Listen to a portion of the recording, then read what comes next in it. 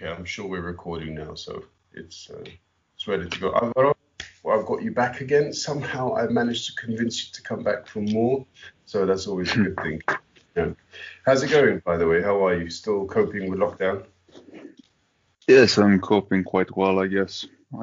As I mentioned, I've been moving to a new flat, got got myself used to this new environment, and now I'm ready to do other stuff. Okay, all right. But you'd lived in the other place for quite some time, so this is a real sort of shift of address, isn't it? So you've got also like a funky postcode now. Yeah, I've changed my postcode. It's not 1-2, it's now 1-0. Hmm. So yeah, but I've been living here actually in the building adjoining to this one for half a year since I have been moving out, since I had moved out from the old flat, which was a shared flat, students flat for people living, sharing one bathroom, and so on. So I thought it was ready to move on and find myself a place for my own to to be a bit Wow. more isolated.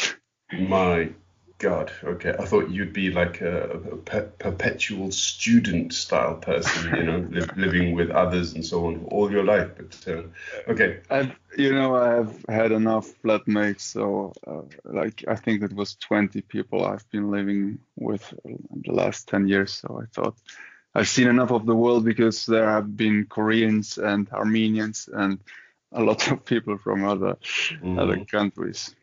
Okay. All right.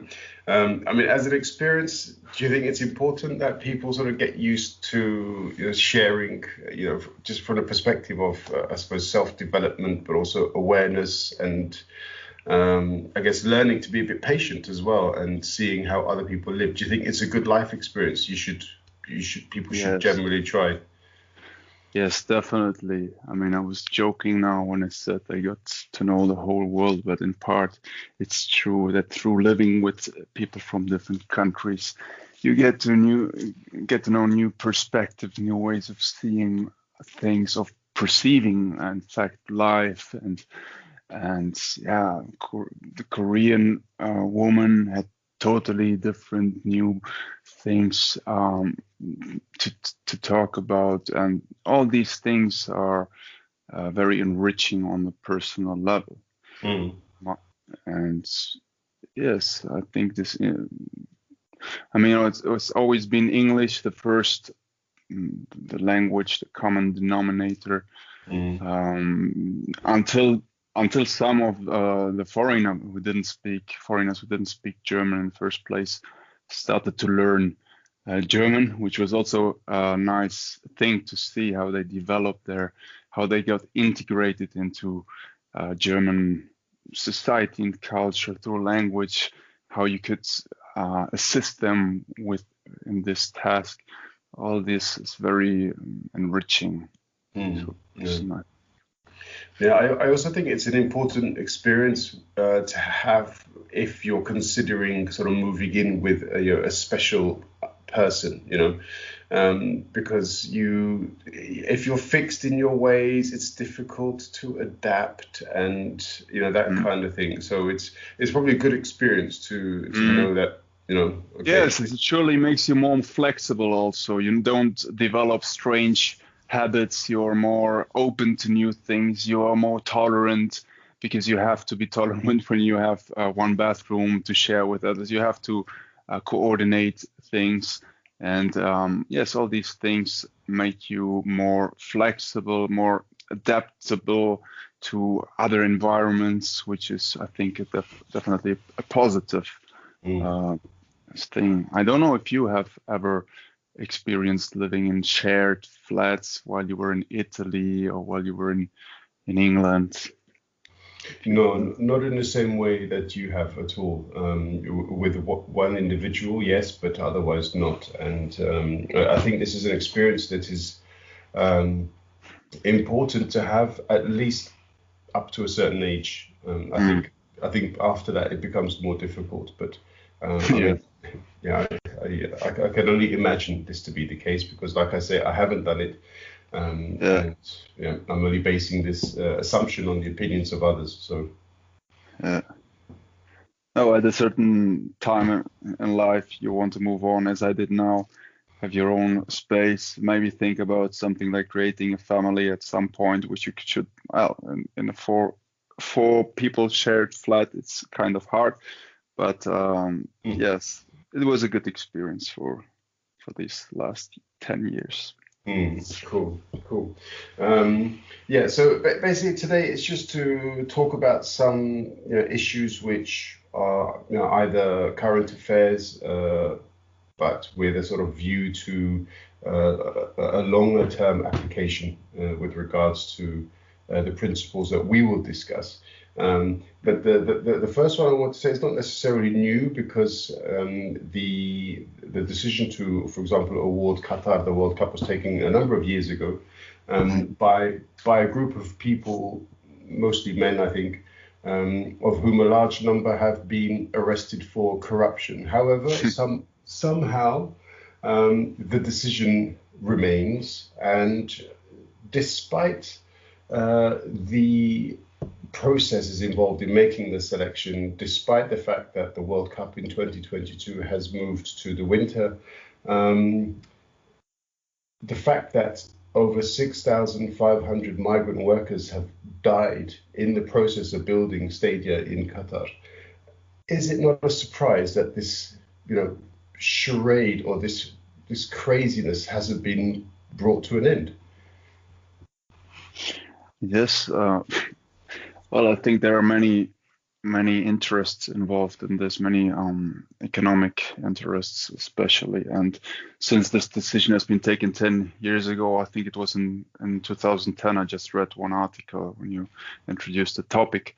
And all the construction work that has been done so far, all this has had a very big impact, and I guess was of a big importance to the Qatari economy. So I think it's clear why, even with these news that have come to light now, something like this is hard to stop, right?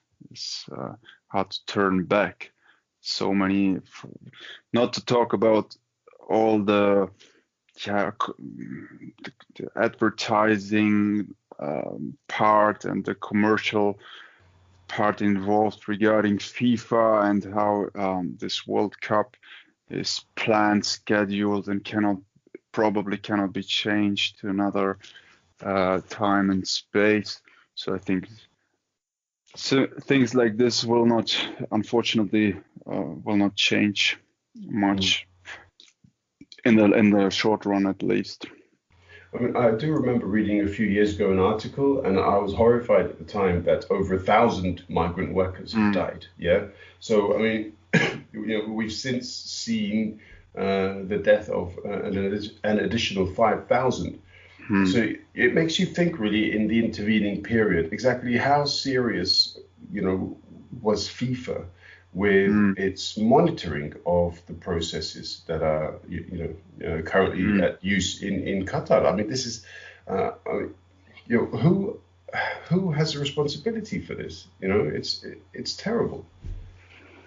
Yeah, I've just seen mentioned in this article from The Guardian that I just read that FIFA just said something like the thing that they were supposed to say or expected to say, something like they are protecting or seeing after workers' rights as much as they can and so on. But this is just, I think it's just rubbish talk. They have just attributed the work, all the workload, all the construction things and so on to a country that is run in a certain way, that has a certain standard of laborers' rights or not, and human rights in general. And Qatar, yes, in fact, I also remember having read about this, but a couple of years ago, as you probably have done too. So it's good to have The Guardian and journalists looking deeper and making a big analysis about this, because otherwise it would just not appear in your perception, right? So what I still couldn't gather from this article what the major causes of deaths might have been. if they were really on the construction site, like people falling from big, not from big construction sites that were not meeting the standards that you would see here in Germany in terms of, protection, clothes, and so on. Or if it was also the stress involved. I read that there was heat stress for a lot of workers, probably work overload, because they get the chance they come from the Philippines, they come from from Kenya, I think a lot of workers came. So they get the chance to work for a wage that in their eyes is quite high, but they exploit themselves working 12 hours a day, maybe. I imagine it like this, and then come home and suffer heart problems and so on. So I don't know if you have any additional information about the major causes of death. If you made any. Well, this is a part of the problem because they are sketchy. In the main, it seems as though the deaths that have been recorded directly of those people engaged in infrastructure building for the World Cup, it's come down as heart-related issues, natural causes, and it doesn't seem that there is a particular interest to categorize their deaths correctly. And also apparently the labor ministries for the countries from where these workers originate, in some cases, they also don't have the facilities to record these deaths. So therefore, it's difficult for ambassadors perhaps to demand explanations because they themselves have no ability to record these deaths properly. So this is also a part of what makes it such a horrible story, is that these people are essentially being exploited. When they arrive, their passports are taken away, so they cannot even escape. So they have to sleep in conditions which are perhaps not the best, which may indeed also play a role in their deaths, because it's simply not sustainable. There's nothing they can do. And if they die, they're not paid. The families perhaps are sent a nominal fee, and that's basically it. And you think, this, for people to say that the slave trade came to an end at a certain period of time is perhaps a fallacy, because you've also got the cocoa growing plantations in Africa where they are also tantamount to slavery, and unfortunately you have people such as ourselves benefiting directly or indirectly by the sweat, blood, and tears of these poor people. It somehow relates to what we've been talking about in our last talk, to the structural injustice that governs the worldwide economy, right? So the new form of slavery that is in place, and I think the term is quite right, because this self-exploitation mechanisms that you can see, and that I'm sure also psychologically have had a big causality in these deaths, right? Because I remember having read, for instance, a couple of years ago when I read about this, that migrant workers, when coming to Qatar, for instance, yes, their passports are sacked, and as far as I remember, that when their working contract is over and they do not leave the country within a week or two, they get imprisoned and so on. So they are under this continuous stress existence-wise, and at the same time probably have a lot of pressure from their homes, from their families, because the money is important, the money that they pass over. So I think it's quite fair to say this is a new form of slavery. And regarding the thing that we all profit from it, this is, I think, a really important topic, because I have not, I decided to not follow soccer as I did before. I just lost interest because of these structures, because capitalism and these really brutal dynamics have become more and more part of the soccer circus, if we call it like this. I mean, the fact that the World Cup takes place in winter is in Novum, and it's just due to the fact that there's some commercial interest, some, as you hinted at, corruption mechanisms involved.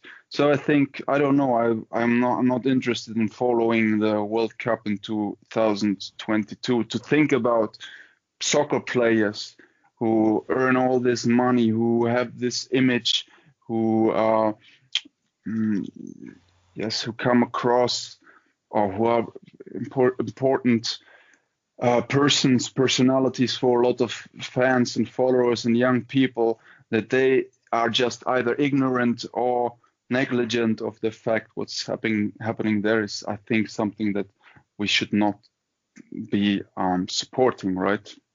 Well, this is the question, isn't it? Because on the other hand, just quickly to not rebuff what you said, because I think in the main what you said there is absolutely correct. But there are instances where you have footballers who, they put their heads above the parapets, don't they? So you've got somebody like Marcus Rashford or Juan Mata who have, introduced charities to help people.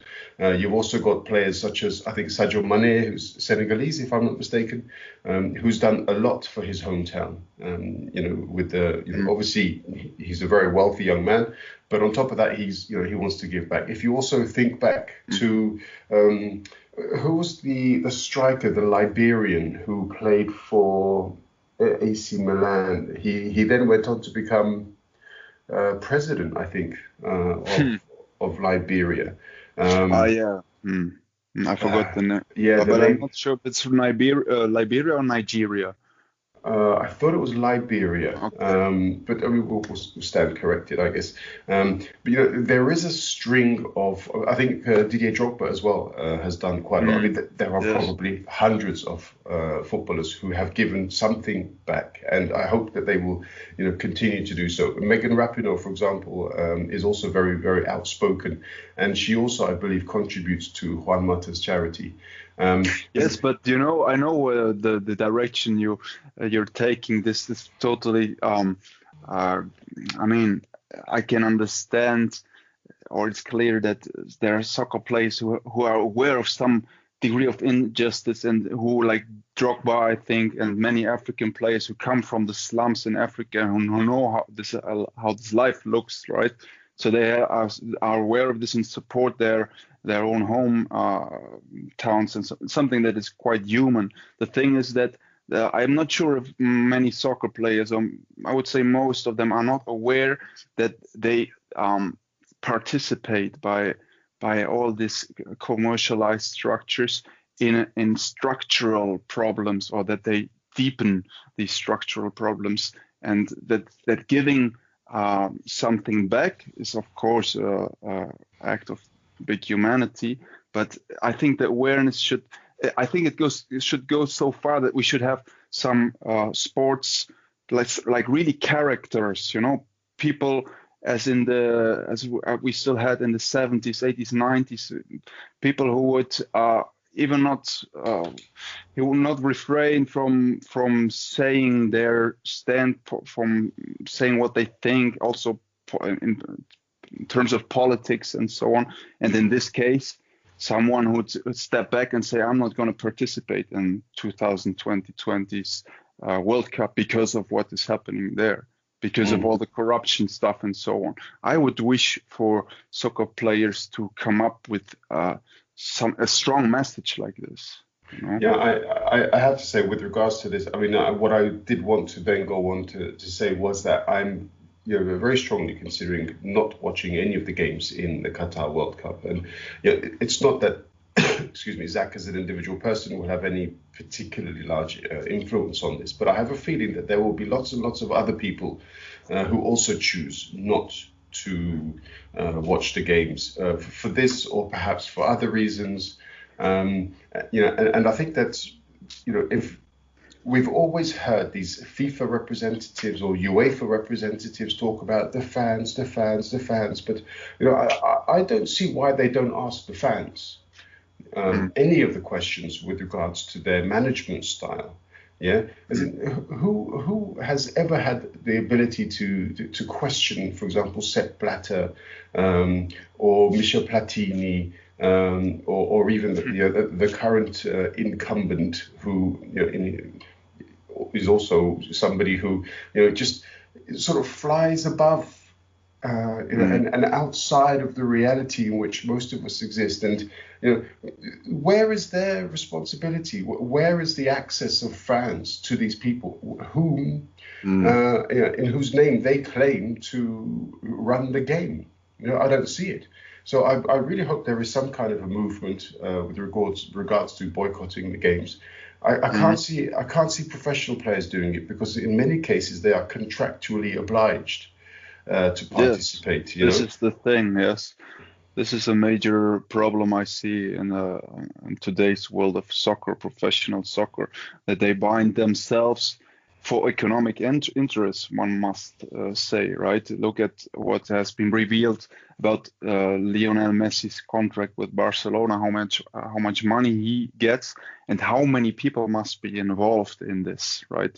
All his counselors and people who take something from all this. So I think as a professional soccer player, if I had ever become one, I would have chosen, now at least I say it from my perspective now, to bind myself, or not like just for a limited time, and not giving away my rights as to my image, and selling my image and advertising and so on, because this has shaped soccer players to become like these dull figures that are now. That's why I talked about the lack of character. Think about people like Cruyff in the 70s and so on, who still smoked, well, probably not so good for his development, but he was still doing greatly. So, but these kind of characters are not existent anymore in today's soccer, or hardly existent. Don't you agree?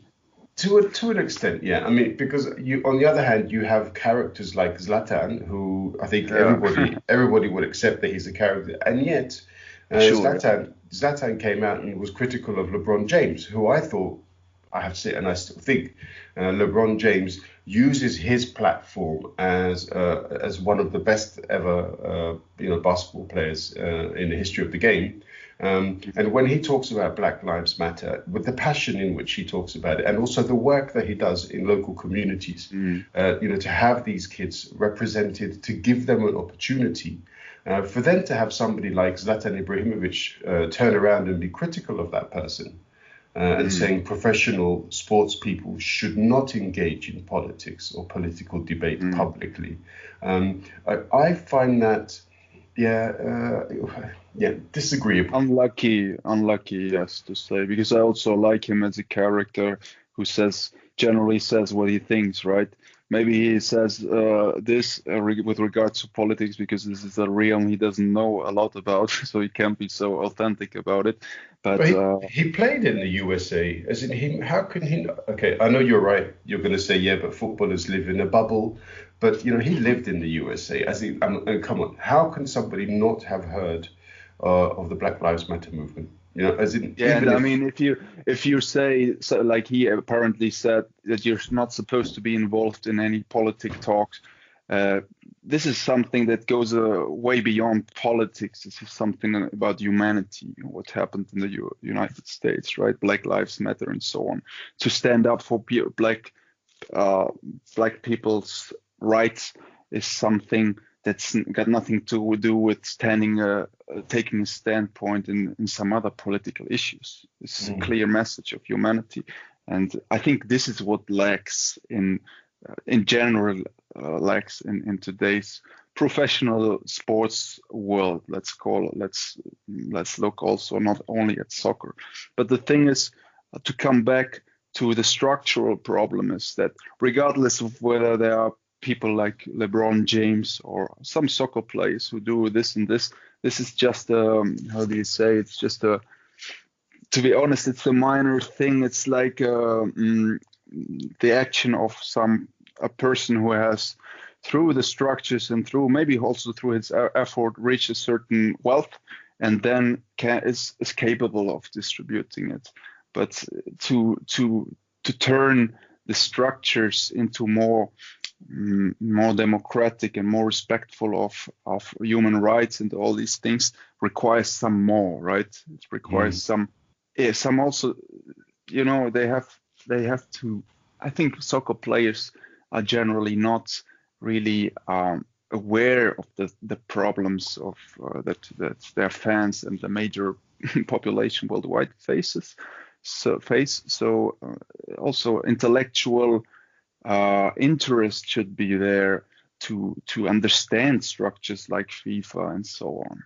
And I hope this can be brought about. And I think the problem is with structures like FIFA, the lack of communication with the bases, with the fans and so on, the lack of democratic structures within these big institutions. And this is something that's not only is valid for sports world, but generally for institutions, of course. Only that in institutions it manifests in structures that are, prone to corruption, as has been the case with FIFA, Blatter and Platini and all these people. Yeah. But as you mentioned, human rights, then perhaps we can move on to the next subject. But I hope that we will be able to revisit this football element of things in many ways, because it is a sport which is loved around the world. Yes. It's a unifying factor, or it can be a unifying element if used positively. You're right. I about my passion for the sport and how I still loved seeing some compilations, as I do sometimes, and I see this strong potential, the emotions involved, just the importance it has for many people in the world. So I do agree with you that one should not, to completely move away from this and take turn your back on it as a potential. But in the long term, I think it also needs to be taught a bit of a lesson. And I think boycotting the Qatar World Cup will probably act as a reminder to FIFA that, look, you did the Russia World Cup where people who were homosexual were basically told, be careful if you go to Russia to follow your team and to watch a sport that you love. And now another World Cup has been given to Qatar. I'm not sure what Qatar's approach is to these kinds of the rights of individuals to essentially exhibit, as it were, their love for their partners in public. I don't know if there are any restrictions along those lines. So I think FIFA has to really step into the 21st century and realize that football is a game which unites. So you should give football tournament, your biggest product, to cultures which can further unite the game and not divide the game. And I think that recent decisions have been more divisive than unifying. And this is another element I think we should perhaps consider further down the line. But the next issue then is Navalny, and so you've got a few more thoughts on Mr. Navalny than I do. I perhaps approached this from a completely alternative position. But I mean, do you want to tell me? Tell me yours then first, so to turn it around a little bit. What was your approach when you call it alternative? Okay, the thing that I have is, we've discussed in the past the dangers of trying to export democracy. To export our belief structure onto other countries which perhaps don't really want to have those beliefs. So democracy is an ideal which works in some cases, at least a little bit in the Western Hemisphere and a little bit in Europe too. But it doesn't necessarily work very well in other countries where perhaps the people in general don't want to have the same form of political system. So, my question is, we sit here in Germany, in Berlin, you're free to do practically anything you want, say anything you want, more or less, within obviously reason. And we're judging essentially what is happening to Navalny. He was aware of what would happen if he returned to Russia. He is aware and has always been aware of the strength of Putin. So therefore, my question is, should European society, should Europe, should the USA sanction Russia when none of what has happened is actually a surprise, nor is it against the law in Russia? Even though you could say, yes, Putin has changed the constitution to suit himself, but still, that's the law in Russia.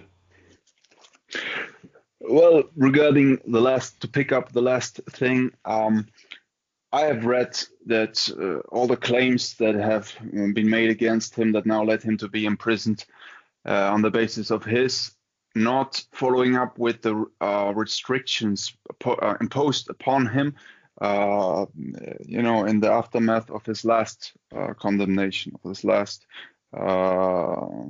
last decision, because there was some decision made about some criminal cause.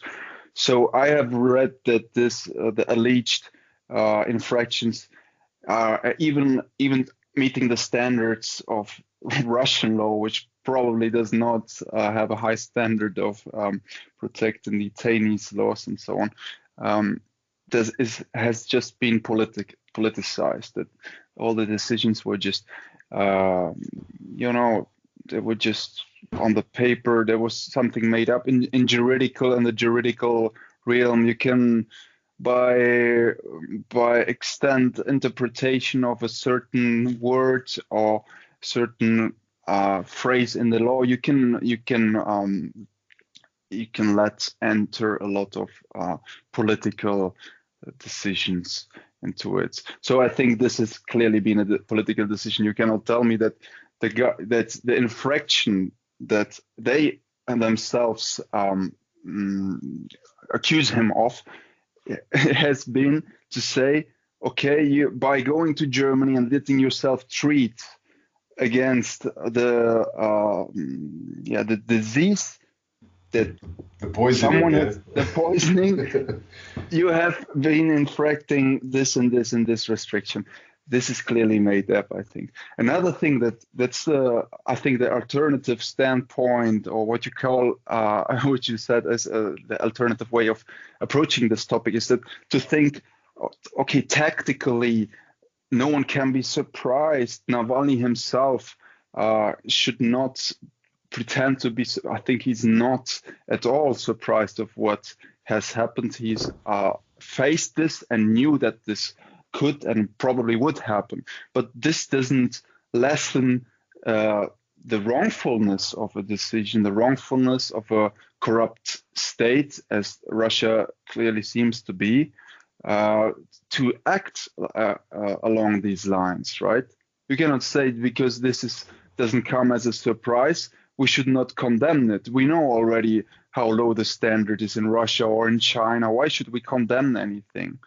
Well, I just feel that I'm sitting in this very safe place, and I'm throwing out these criticisms of Russia, of Qatar, of these other areas in the world, and perhaps China on occasion, or North Korea, and so on. But I have no real understanding of life in these countries. It's so easy for me to say, yeah, of course, free Navalny, let him talk, let him stand in front of the Kremlin and shout obscenities at Putin. Let him do that all day long. It's so easy for me to say that. What I'm trying to however, look at the system in a way that, we believe in democracy. I believe in, social democracy, but not everybody else does. Not the whole world does. And I think it would be arrogant in the extreme for somebody such as myself, who does not live in any kind of danger or danger of persecution, to then say to another country, you should not run your country in that way. This is the only thing I'm trying to say. Clear. The thing, your standpoint in this regard is clear. The thing is, as a person who considers himself, as I think would also at least partly say, a citizen of the world, right? You would probably always have empathy for any state or for the citizen that is oppressed by another state. Another thing now is to say what is the degree of oppression, what is the degree of emancipation that we should, as much as we can, as little citizens from outside, try to support in some way.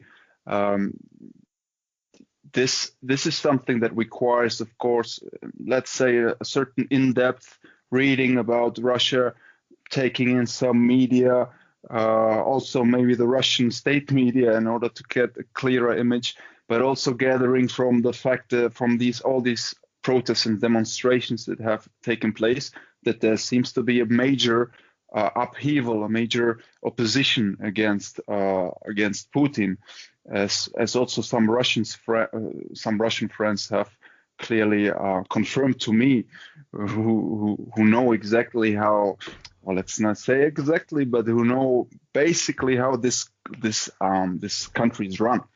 And this leads us to the video, to the documentary that Navalny has published. I don't know if you have seen it or given it a short look. No, I haven't. I have found it. It's available online, and it's free. And I saw a major part of it. And it's quite impressively well done, in-depth investigation.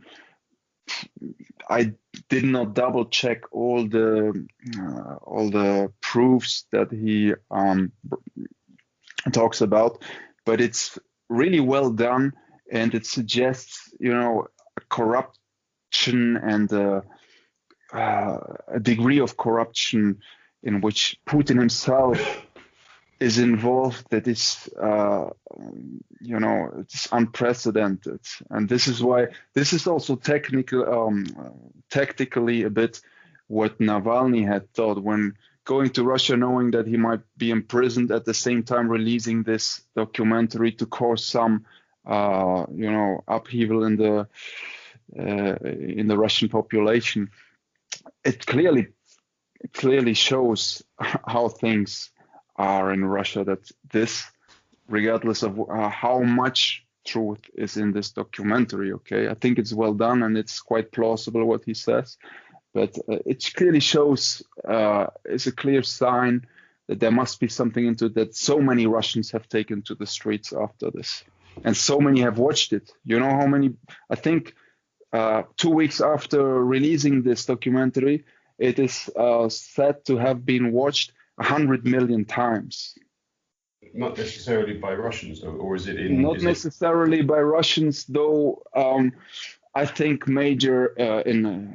or the majority of people who watch it were Russians. I think I gathered something like this from an article that I read. But there's a clear interest in this in the Russian population. Yeah. Okay. And I do accept this, and I concede the fact that my feeling of not coming across as an arrogant person living in safety is not always convincing in the face of this kind of treatment. There is a human rights violation here. Quite clearly, there is a freedom of speech issue here.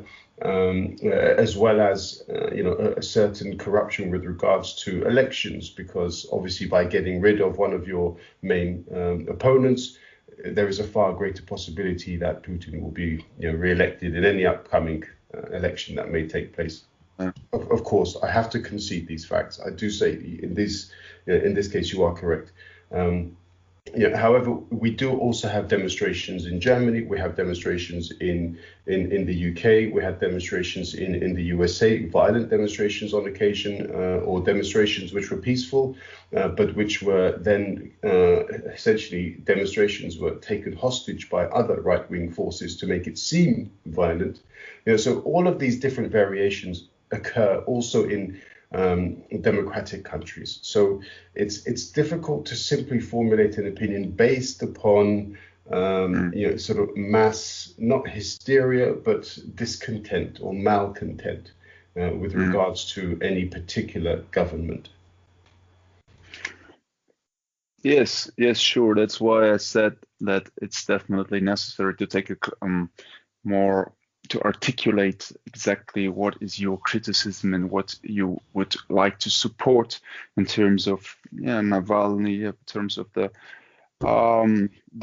process of democratization that is demanded by the Russian population or by any population. If you look in what's the country in Asia now? I forgot the name. Where you have the protests running in the streets. Myanmar. And so on. Of course, you have to read about it to make yourself at least, to have a certain image, to have a certain idea of how this country works and so on. But as soon as you have it, I think you should also be able to dare to speak about it, to support it in the little that we can from here. And even if it's just sharing something on the social networks and so on, some news, because these things are, you talk about it in terms of this is a freedom of speech issue and so on. Freedom of speech, yes, but I associate with this more what has been happening now with this Spanish rapper, the Catalonian one, who's been imprisoned because of insulting the crown. This is the king, because there's a clear limit to freedom of speech. It is when you are disrespectful and when you curse someone else and so on. But then again, imprisoning someone is another level, and this is politicized. This is for me a freedom of speech issue, whereas Navalny and what has happened there, clearly it's has to do with it, but it's more about power structures and someone fighting against corrupt systems, trying to bring about a change. Politics are involved in this in a much bigger fashion. So yes, I think this kind of struggle that Navalny is doing, regardless of whether you agree with this guy in many points. I'm not even sure I would. I don't know his ideas, ideology, and so on too well. But in the degree in which his fight is directed against structural problems that he tries to reveal to the public in a very well done fashion, because the journalistic part behind it is quite impressive. The team he has and the things they are running are quite impressive in that regard. So this kind of struggle to bring about some structural changes, I think this is something one should, if it's authentic, one should support even from outside and take a lesson from it. The lesson that not only in Russia, and this is now where you can, you can come over this part of this arrogance that can be implied when talking about other countries. But looking at Russia and seeing how blatant corruption there is, how how do you say, how Putin and his fellows seem not even to give a damn about showing it to some degree. But this should just serve as an example for something that might be very obvious there, but is also present here. We have in Germany now discussions about these days actually about corruption on the scale of the parliament, the federal parliament. Some people in the parliament have been. It has been revealed that they have taken. They have participated in mask deals and have profited from the crisis that we're living now, and sold a lot of masks, have done lobbying, and have done a lot of things, mostly as usual right wing, not extreme right, but right wing or conservative parliament members. So these structures that are present not only in countries like Russia with the lowest standard, but also in the so-called raw models of democracy. Only that they are more hidden. Yeah. You know? Well, I mean, this kind of thing has also occurred in the UK. That they are the NHS is currently investigating, for example, a company which has been which won a £30 million contract for producing certain supplies for the healthcare industry, when before they had never actually operated within the industry. So this kind of, the questions do arise, don't they? And usually they arise in specific part of the political spectrum. So yes, of course, unfortunately, corruption exists also in areas like the UK, Germany, but also we've seen in other parts of the European Union too, and the USA, of course. So this is another reason why I try not to throw stones, because I'm not actually sure exactly how much glass surrounds me. And this is definitely something to take into consideration. But yeah, the thing is that these structures, and so far as they're also present in our countries, in the so-called Western democracies, they just don't reach the same level of awareness. They are not on our daily perception when you are someone politically interested and so on, because of the fact that, on the other hand, there's this freedom of speech, and there's a certain standard of living, certain general wealth, even though we have also people with existential problems, of course. But there's a general standard of wealth and freedom of speech and so on that creates the perception that generally things are well done here. And there might be some problems here and there. There are we should bring about some changes, but corruption, there's a thin line between corruption as something that is also criminalized, that is also where you have to be held responsible and maybe go to prison. There's a thin line between this and lobbyism that is unregulated, that is interests of groups and so on that are articulated in a way that is not obvious to the public, not obvious to anyone interested in democratizing. So this line that trespasses when you go to corruption is not so often reached, not at least in the perception of the general public, right? And I find it's interesting to see now that this topic is, I think, in the crisis, in all this, this is a good thing about COVID and everything's happening. There's much bigger, I feel it. Maybe it's because we're in a bubble in Berlin. People are more politicized than in other cities in Germany, for instance. But in general, there is more interest in politics, just because of the sheer fact that you want to know what the hell the next rules are going to be, that you have to follow politics in this regard, right? And I see a potential there, because I see also that there is a claim, there's a demand to take more part in it. You know, 2 days. Yeah, sorry. Yeah, no. I was just going to agree with you that there is perhaps a greater emphasis on participation. I mean, participation itself is one of the main tenets of democracy. Representation, rule of law, majority, decision making, and so on. So, to participate, to engage, to be interested in politics, is almost like a requirement of democracy. If indeed you believe democracy to be the real way forward.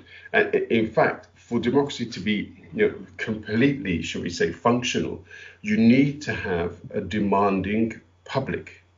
If the public refuses to demand nothing but the best from its leaders, then the leaders are naturally going to drift into situations which are beneficial to them without any consideration for general society. So, I would actually hazard to guess that political institutions have become perhaps more corrupt over time, or at least more self-serving than necessarily corrupt, because of the general malaise or apathy of the public. We are no longer demanding enough.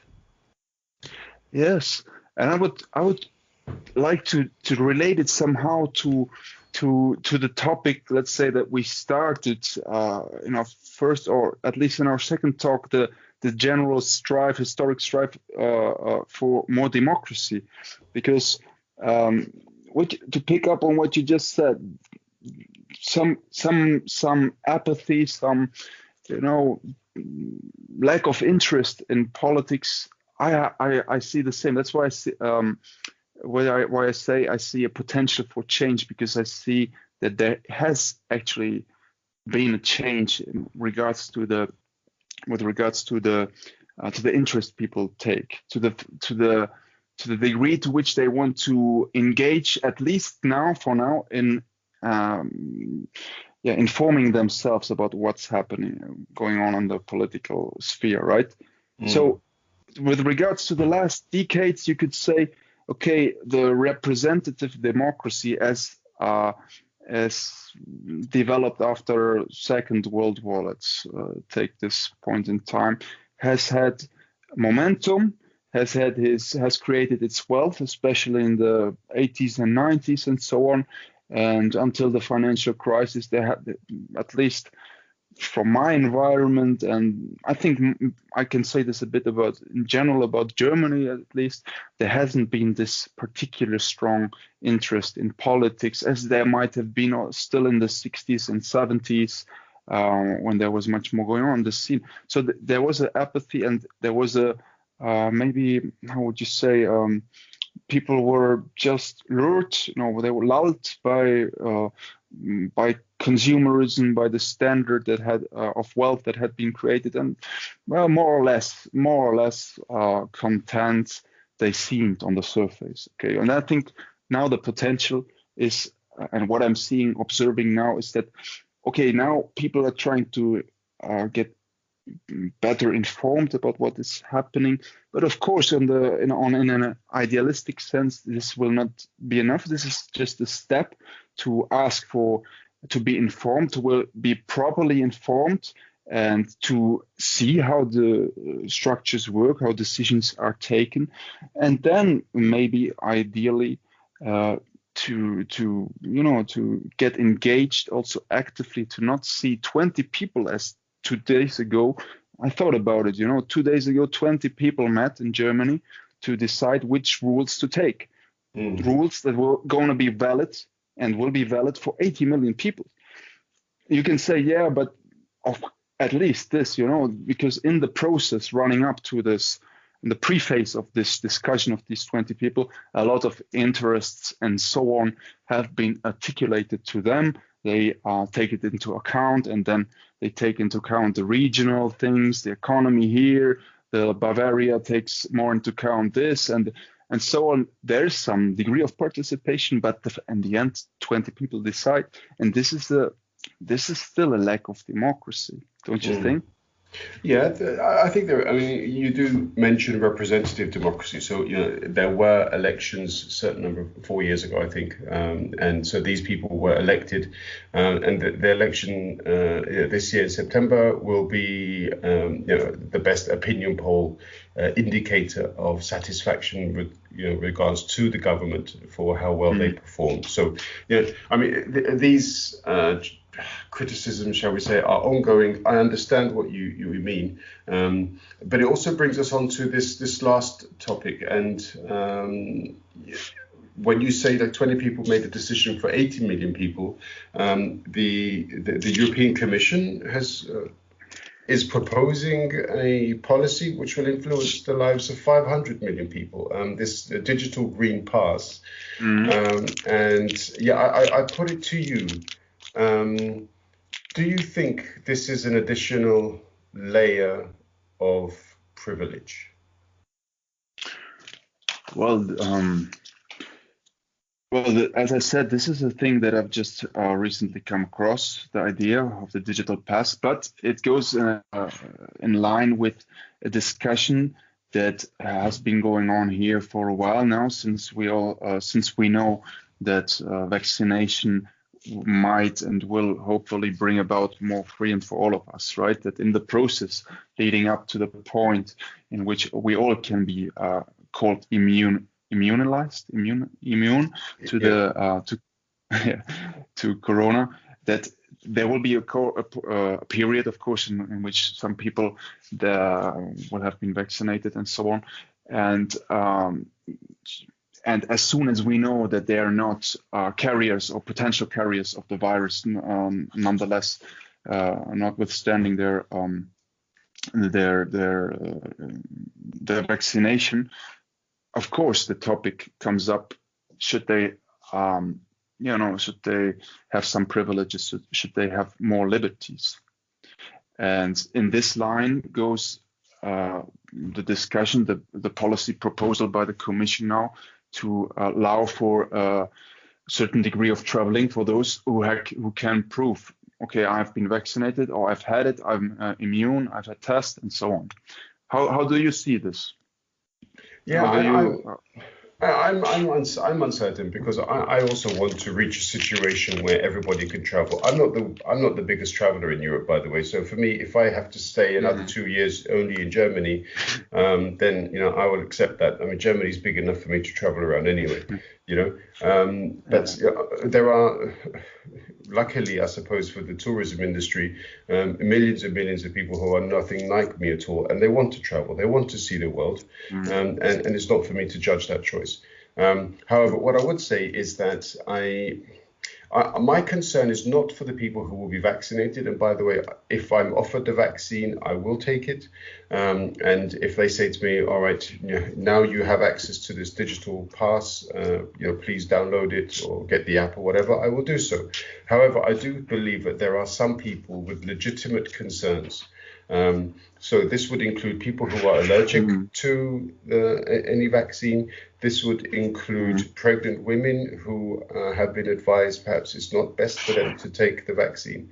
And there are those who have genuine political concerns, with regards to the vaccine. I don't want to belittle the opinions of these other people, because I think, if you are asking somebody to inject something into their body, it is in many ways, I think, incumbent upon those medical authorities to explain exactly what it is they are injecting. So,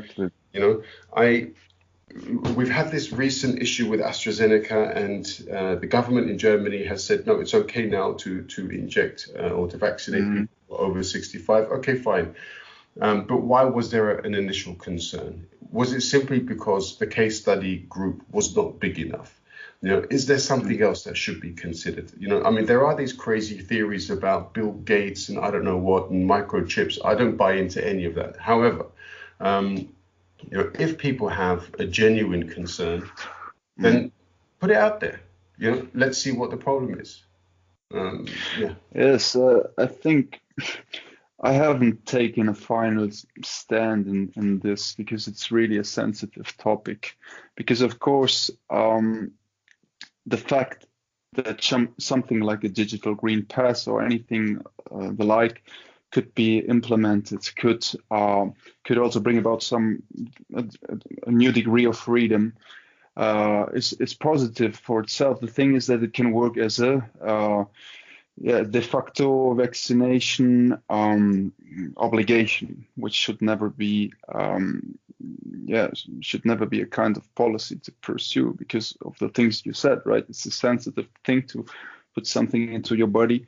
And on top of this is that the process of developing this vaccine that usually used to take up to 10 years has been reduced to 3 months or 4 months or 6 months. I don't know exactly how long they took.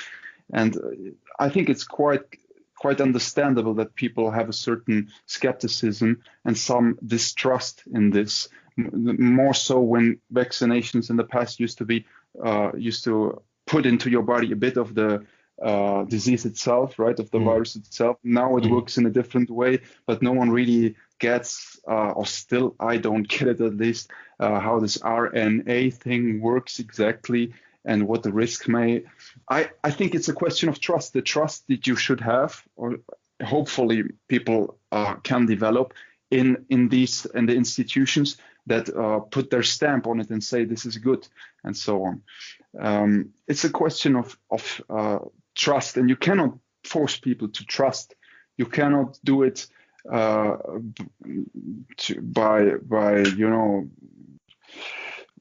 you cannot force them, and you have to convince them in some way. You have to convince on an individual level, talking about these issues, saying this has proven in England or in Israel, so many people have been vaccinated. It seems to be doesn't seem to be a major problem involved in this and so on.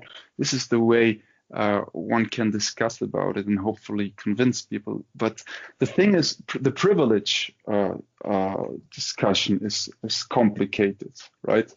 Because on the one hand, I took this stand on this topic. Think about a smaller community, or your family, your some friends, or a village of 50 or 100 people, and you have a limited number of vaccines available now, and there has to be an order and priority. I think the priority that is being implemented, established in the different countries, all have their logic and all seem to follow a clear and human approach. First the elder ones, the risk patients, and so on.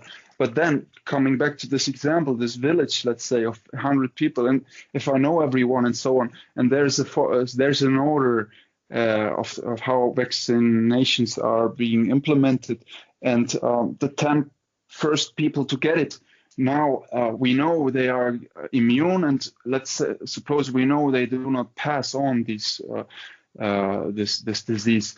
Why the hell should I not wish for them to have more freedom by being able to go to a cafe, to a bar, only because I haven't been vaccinated? Isn't it be a more human approach to say, okay, I step back, I say I'm the last one to take it, I'm still young and healthy and so on, and why in the meantime, in the period, be it months or weeks, should they not have these privileges? Yeah, I mean, again, privilege in itself indicates people who have an unfair advantage, and I think in this question, in this case, it's a sort of double-edged sword, because privilege suggests that the rich and wonderful all have access to the vaccines, whereas the people who are poor don't. And I don't see that as being the case at the moment, at least. On a country-by-country basis, yes. Yeah. However, from the basis of people living in Europe, I don't see that as being privilege based.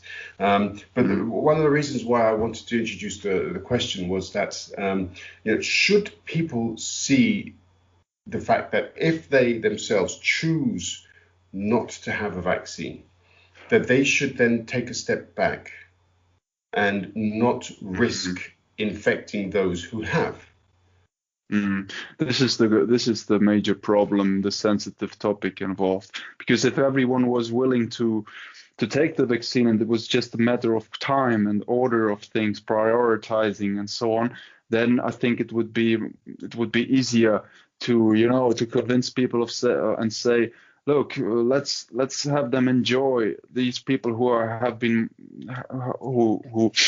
have a stronger risk of developing major diseases and so on, enjoy their lives until we all get vaccinated. But the thing is, if there are people who refuse vaccination because maybe they fear it, maybe they just don't trust it, and so on, how can in all this process, how can we deal with the question of privileges and going to bars, cinemas, and traveling at best for those people? This is something where I still find it hard to have a certain opinion.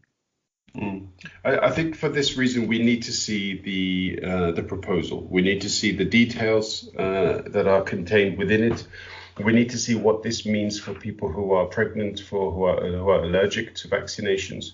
We need to make sure that we don't suddenly create a sort of culture of exclusivity. So the ones who have the vaccine and the ones who don't. Because then you start to move in the direction of exclusivity, privilege, and thereafter there are some other sort of uncomfortable undertones of managing and separating society, and that could be dangerous. Yes, and with regards to this specific proposal put on the table by the Commission now, it clearly is also reaction to the demands of those countries which are more in need of tourists and people who travel. Austria has been lobbying for this, of course, Spain and Greece. Sure. So this is also to be taken into account, right? This is if I would see it in this way: if there are tourists who are desperately in need of going to on vacation and they want to go to Spain, Italy, or Turkey, Greece, wherever, then this is also something that can help those economies and people who are in desperate need of it, right? And I personally would take the standpoint that yes, it should be made possible in some way.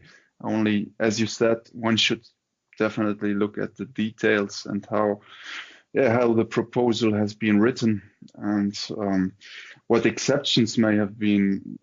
If a man who's been vaccinated wants to go with his wife is pregnant, doesn't want to get vaccinated, that maybe his wife can also come as an exception. I don't know about the details, but this is in fact very important to take a look into, right? Yeah, absolutely. Okay. All right, Alvaro, we've already pushed beyond the 1 hour mark. I mean, okay, it's not exactly a restriction we have to follow, but I think people tend to split up their podcasts into chunks which are more easily digestible. So okay, we'll leave it at that. But I'm pretty sure we'll come back and discuss some of these other points again in the future. Please continue to press me for an answer for some of these things, because sometimes I forget to do that. And one of the reasons why is because I actually want to use these podcasts also as a way of monitoring the consistency of my arguments. To have it on record would therefore mean that I can't, run around the situation. If I've said I believe in this, and then 2 weeks later I say, but I believe in this too, and they are mutually exclusive, then I need to reassess some of my ideas. So please keep pushing, and I will do my best to respond as well. I shall try to, yes. Yeah, keep me honest, man. Keep me honest. Thank you, Alvaro. It's always a pleasure to talk. I'm looking forward to when you and I both have our green passes and we can go for a nice beer together. And that should be something that'll be quite entertaining. But I will endeavor to put this podcast up today, and then we'll speak again very soon. Hopefully, it's always a pleasure. Time passes really fast. This hour or more has passed so fast now, and yeah, I'm happy to. I'm happy if I can also put some questions to you, as as I've tried to do, but to get to change the position of the moderator and the interviewee. Yeah, I'm a bit slippery in that case because I always turn it back around to you. But that's not because I'm trying to avoid voicing an opinion. It's just interesting for me to hear what you have to say. But yes, keep trying. Yeah, don't give up. Great, shot. All the best, my friend. All the best. Talk to you soon. Ciao. Bye.